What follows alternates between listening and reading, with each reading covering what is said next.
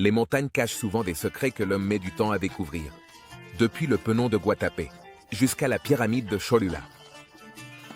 Ces paysages reculés abritent un trésor de mystère qui attendent d'être découvert par des explorateurs et des chercheurs. Numéro 25. Penon de Guatapé, Colombie. Le Penon de Guatapé, situé en Colombie, est une énorme formation rocheuse de granit qui s'élève à 200 mètres au-dessus du paysage environnant. Il est célèbre pour ses marques singulières et colorées en forme d'escalier qui ornent sa surface, ce qui en fait une attraction touristique populaire et un symbole de la beauté naturelle de la région.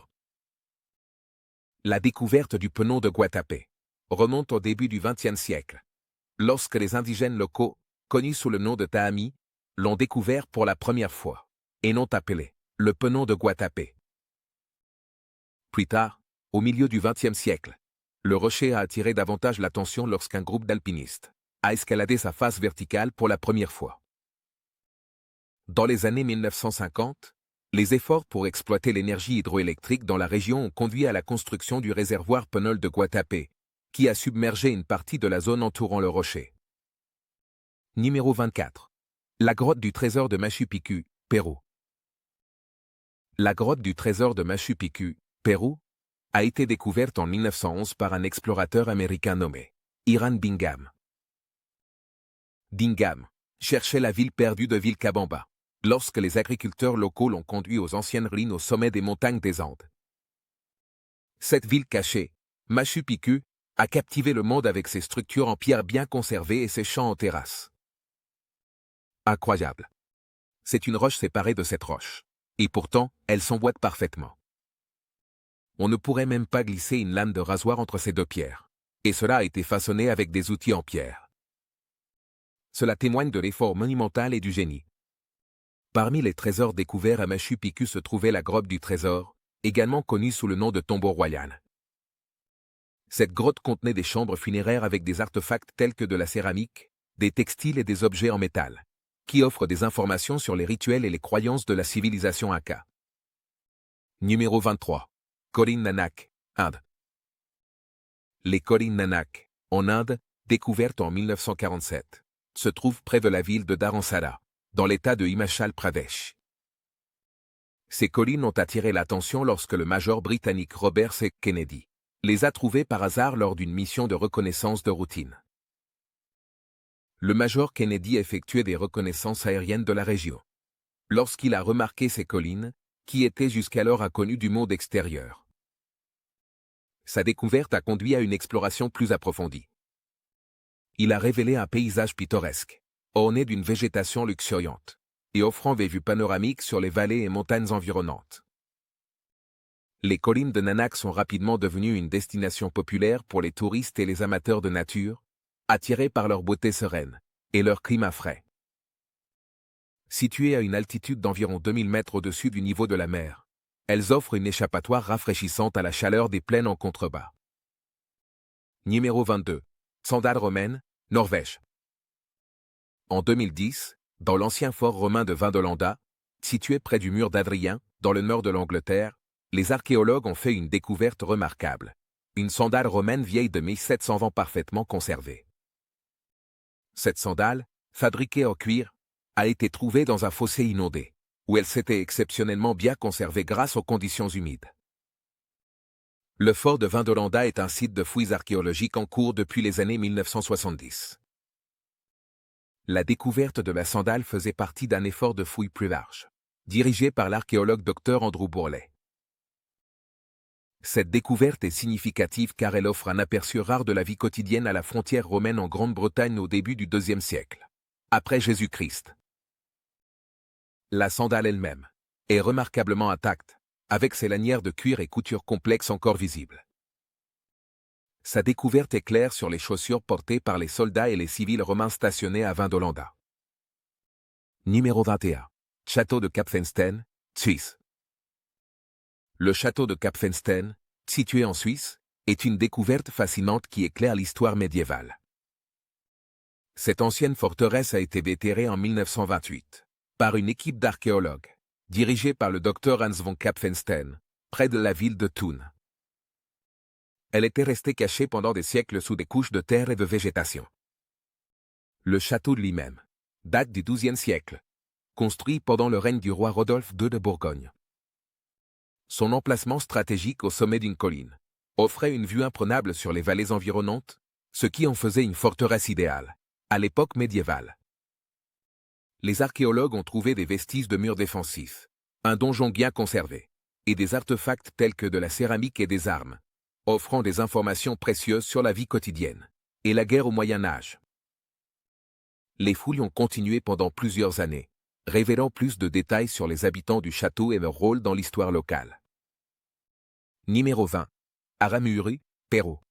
Aramuuru, situé au Pérou, est une mystérieuse structure en pierre près du lac Titicaca. Découvert à l'époque moderne par des explorateurs et des chercheurs, il a attiré l'attention en raison de sa forme inhabituelle et des légendes qui l'entourent. La date exacte de sa découverte n'est pas largement documentée, mais il est devenu plus connu à la fin du XXe siècle, lorsqu'il a attiré des touristes et des archéologues. La structure elle-même est un mur de pierre massif avec une porte rectangulaire taillée dedans, connue sous le nom de porte des dieux, ou porte Arumumuru. Certains croient que c'est un portail vers d'autres dimensions, ou un lieu sacré des temps anciens. Les légendes locales racontent que des gens disparaissent, ou vivent des phénomènes étranges près de la porte, ce qui augmente son mysticisme. Numéro 19. Montagne d'or, Congo. C'est le foyer de mines contenant une partie de l'or le plus pur du monde. La montagne d'or, également connue sous le nom de mont Elgonu, est un sommet frappant situé à la frontière de l'Ouganda et du Kenya, en Afrique de l'Est. Son nom provient de la découverte d'or au début du XXe siècle, ce qui a provoqué un afflux de mineurs désireux de chercher fortune sur son terrain accidenté. La découverte d'or sur la montagne d'or est attribuée à l'explorateur britannique Jack Jackson. En 1894, Jackson, tout en explorant la région, a trouvé des traces d'or dans les rivières qui coulaient des pentes des montagnes. La nouvelle de sa découverte s'est rapidement répandue, attirant des chercheurs de toute l'Afrique et au-delà. Au début du XIXe siècle, les pentes du mont Elgon étaient pleines d'activité. Des milliers de mineurs, y compris des Africains locaux et des colons européens, y travaillaient. Ils ont afflué en masse dans la région à la recherche d'or. La ruée a transformé la montagne, autrefois éloignée et tranquille, en un centre animé d'activités minières, avec des campements improvisés qui ont surgi le long des rivières et des vallées. Numéro 18. Église rupestre de Lalibela, Éthiopie. Les églises rupestres de Lalibela en Éthiopie sont une collection étonnante d'églises anciennes, taillées dans la roche solide, cachées dans les montagnes du Tigré. Ces églises, également connues sous le nom d'églises rupestres de Lalibela, ont été construites à la fin du XIIe siècle et au début du XIIIe siècle, sous la direction du roi Lalibela. Elles sont classées au patrimoine mondial de l'UNESCO. Elles sont célébrées pour leur importance architecturale et historique. La légende dit que le roi Lalibela s'est inspiré d'une vision de Dieu pour construire ces églises. Selon les croyances locales, les anges ont aidé à les construire. En cette nuit miraculeuse, chaque église a été minutieusement taillée dans la roche, créant des motifs complexes et des intérieurs détaillés qui étonnent encore aujourd'hui les visiteurs. La découverte de ces églises par le reste du monde a eu lieu dans les années 1960, lorsqu'un photographe britannique nommé George Rodger les a trouvées par hasard lors d'une reconnaissance aérienne. Ces photographies ont attiré l'attention du monde entier, ce qui a entraîné la reconnaissance internationale de ces structures remarquables. Depuis lors, les églises sont devenues un lieu de pèlerinage pour les chrétiens orthodoxes éthiopiens et une destination pour les touristes cherchant à admirer de première main leur beauté unique et leur importance historique. Numéro 17. Lac Vostok, Antarctique. Le lac Vostok, enfoui dans les profondeurs de la glace de l'Antarctique, est une découverte fascinante qui captive les scientifiques du monde entier. Il a été découvert à la fin du XXe siècle, lors d'une expédition russe en Antarctique, dans les années 1990. La découverte a été réalisée par des scientifiques russes. Travaillant à la station Vostok, le poste de recherche isolé de l'Antarctique, le lac Vostok est unique car c'est un lac subglaciaire, ce qui signifie qu'il se trouve sous des kilomètres de glace.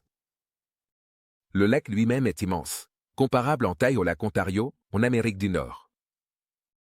On pense qu'il a été isolé du monde extérieur pendant des millions d'années, ce qui pourrait abriter des formes de vie anciennes, adaptées au froid extrême et à l'obscurité. Les scientifiques ont foré plus de 3 km de glace pour atteindre la surface du lac.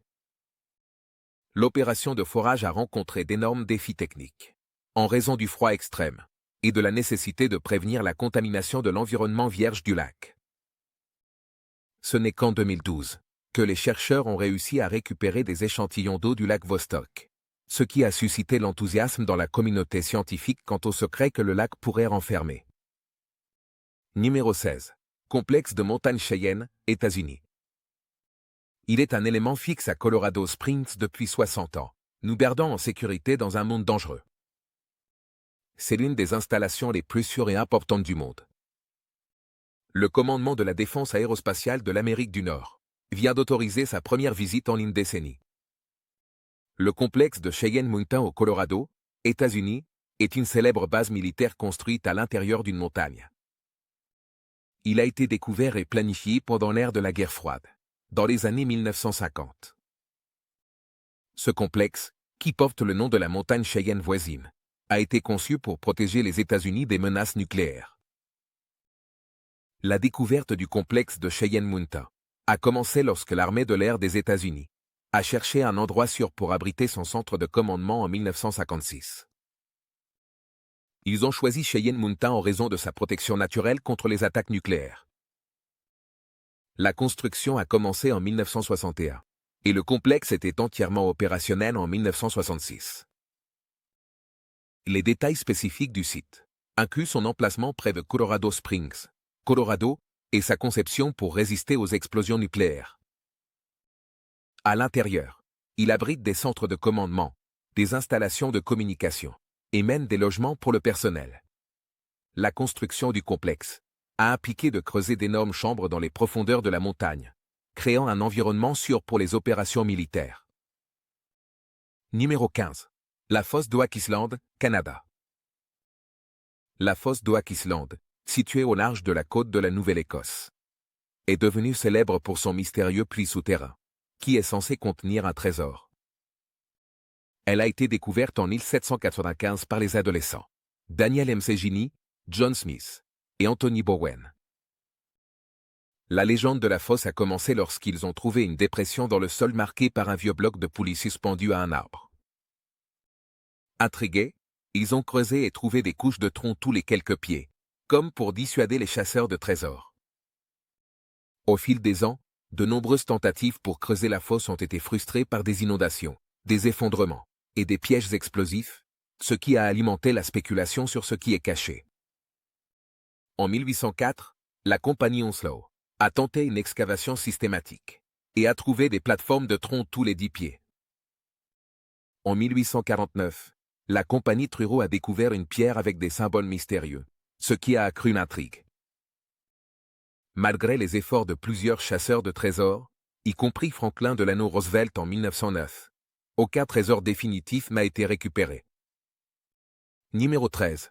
Couteau de Jebel El Arak, Égypte. Le couteau de Jebel El Arak est un ancien artefact découvert en Égypte, en 1914, par l'archéologue britannique James Kibble, lors des fouilles sur le site de Hierakonpolis. C'est une arme cérémonielle faite de silex et d'or. Elle date d'environ 3300 à 3200 avant Jésus-Christ, de la période Nakada III de l'Égypte ancienne. Le couteau est remarquable pour son artisanat exquis et son design complexe. Il présente un manche orné de feuilles d'or et de scènes sculptées représentant des animaux et des figures humaines en relief détaillé. Cela en fait l'un des premiers exemples connus de l'utilisation de l'or dans l'art égyptien. La fouille de Kibble à Hierakonpolis, située en Haute-Égypte près de l'actuel Edfou, a mis au jour une grande quantité d'artefacts de diverses périodes de l'histoire égyptienne, y compris les périodes prédynastiques et dynastiques précoces. La découverte du couteau de Jebel El Arak a mis en lumière les avancées artistiques et technologiques des premières civilisations égyptiennes, montrant leur compétence à travailler à la fois le silex et les métaux précieux. Numéro 12. Pierre de Dashka, Russie. La pierre de Dashka trouvée en Russie est un artefact mystérieux qui captive par ses anciennes gravures semblables à des cartes. Découverte dans les monts Oural, en 1999 par un groupe dirigé par l'archéologue Alexander Chuviros. Elle mesure environ 5 mètres de diamètre et pèse autour de 1000.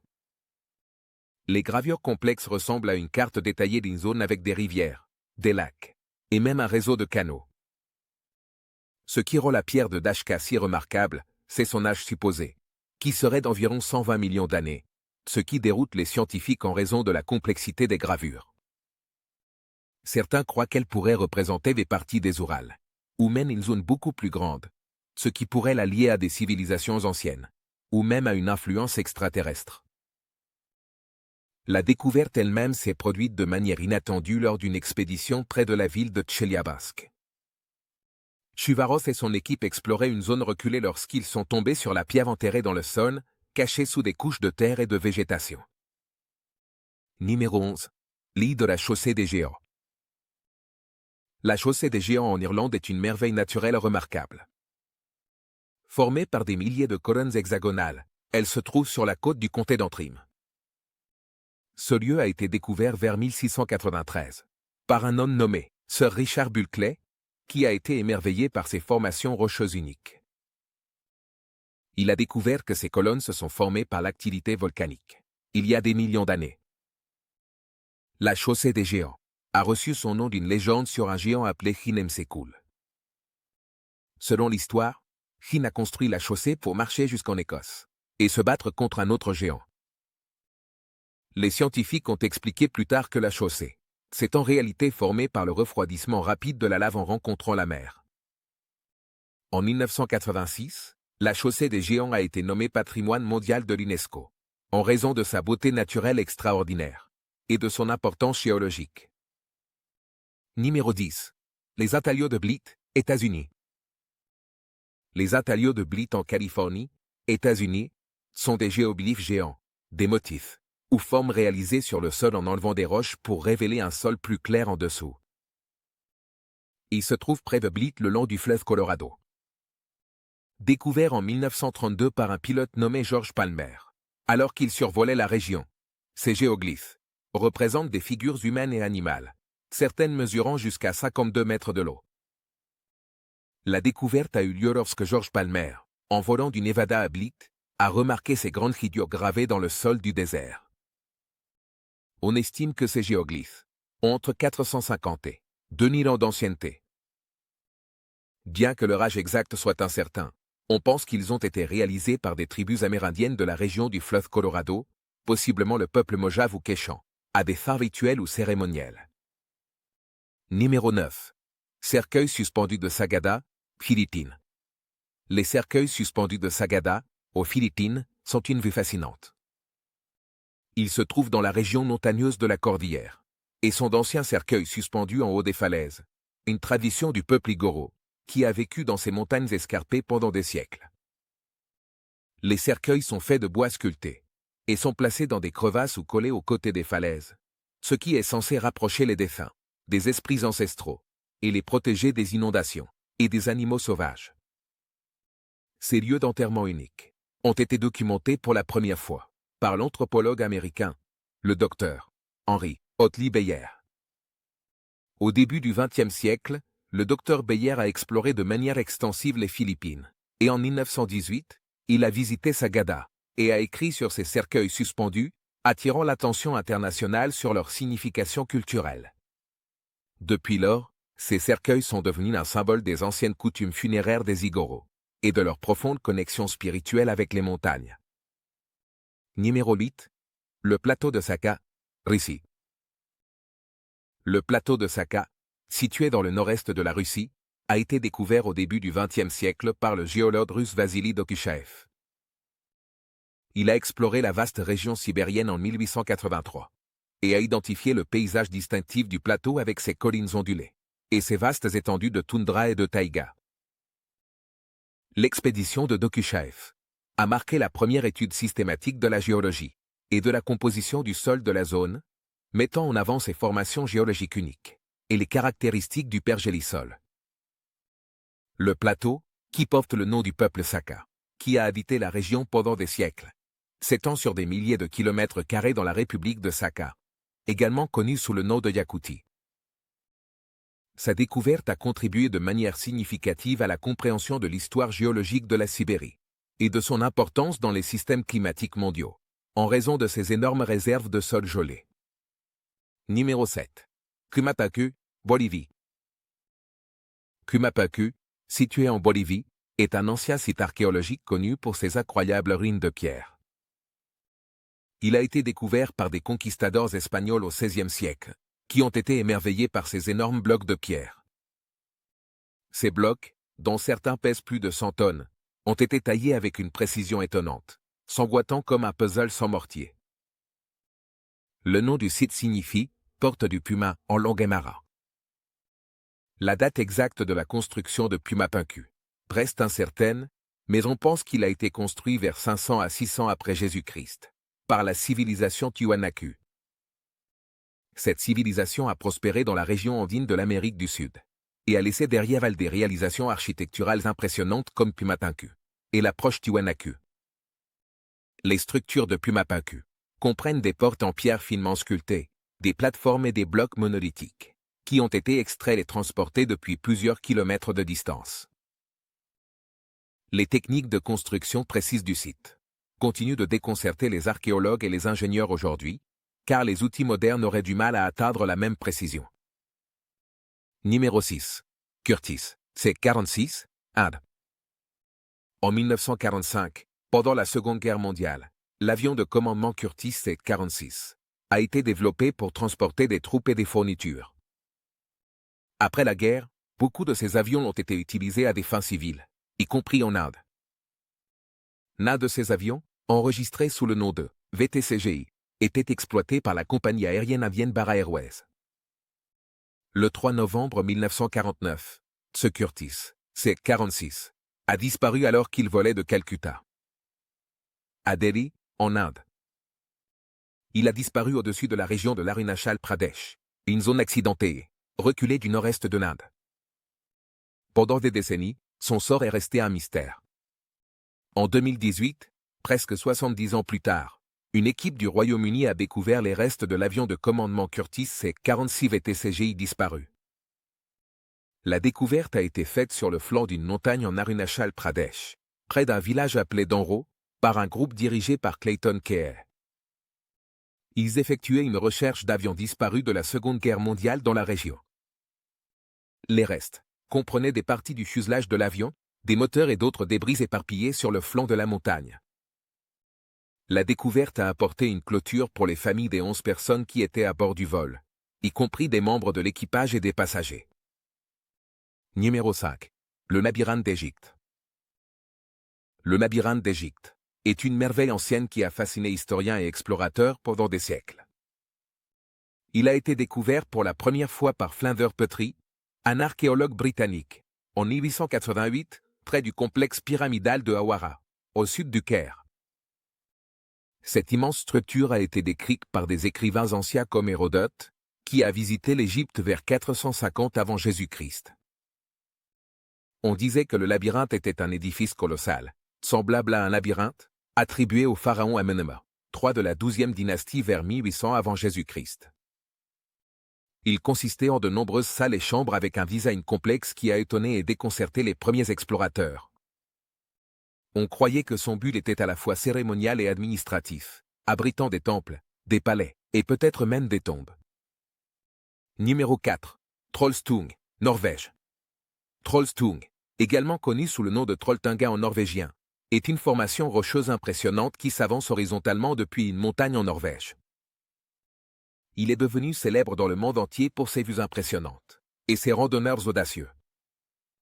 La découverte de la langue de troll en tant qu'attraction touristique remonte à environ 1989, lorsqu'Odd Eliasson, un habitant d'Odda, en Norvège, a redécouvert l'endroit.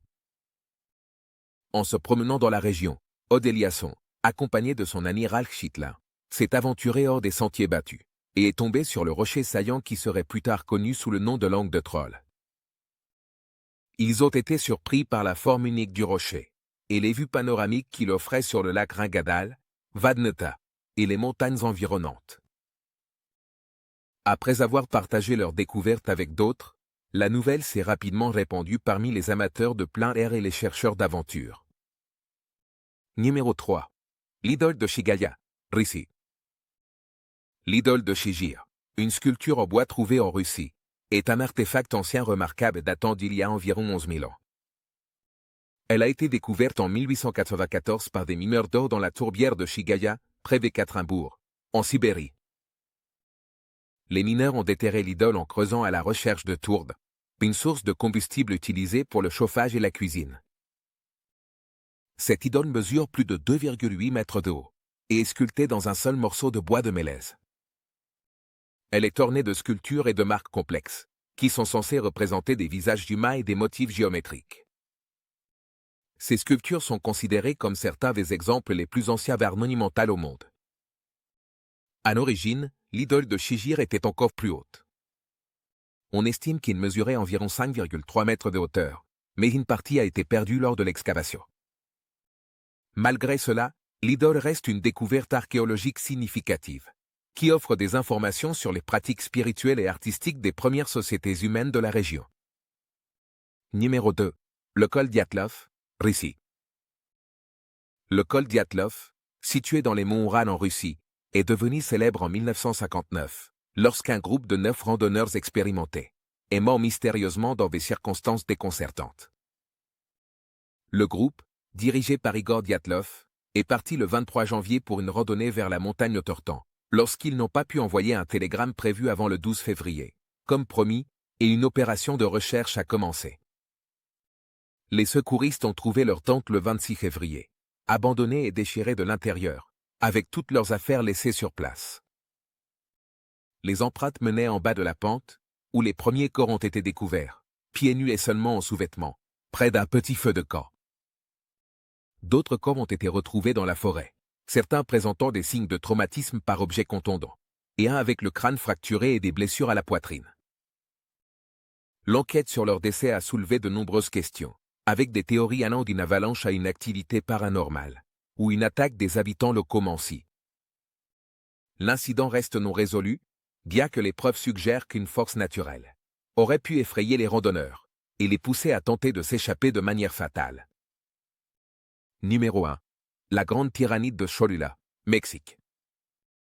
La Grande Pyramide de Cholula, au Mexique, est un monument ancien impressionnant qui détient le titre de la plus grande pyramide par volume au monde, même plus grande que la Grande Pyramide de Gizeh.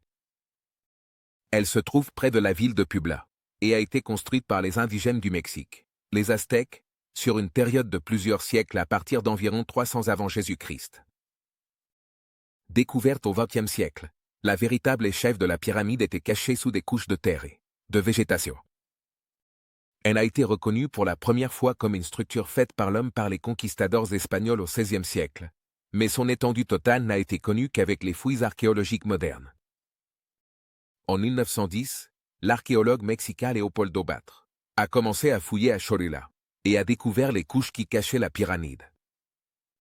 Son travail a révélé l'énorme échelle de la structure, qui se compose de multiples couches construites les unes sur les autres au fil du temps, créant un immense monticule pyramidal, avec un complexe de temples à son sommet. Nous nous voyons dans la prochaine vidéo.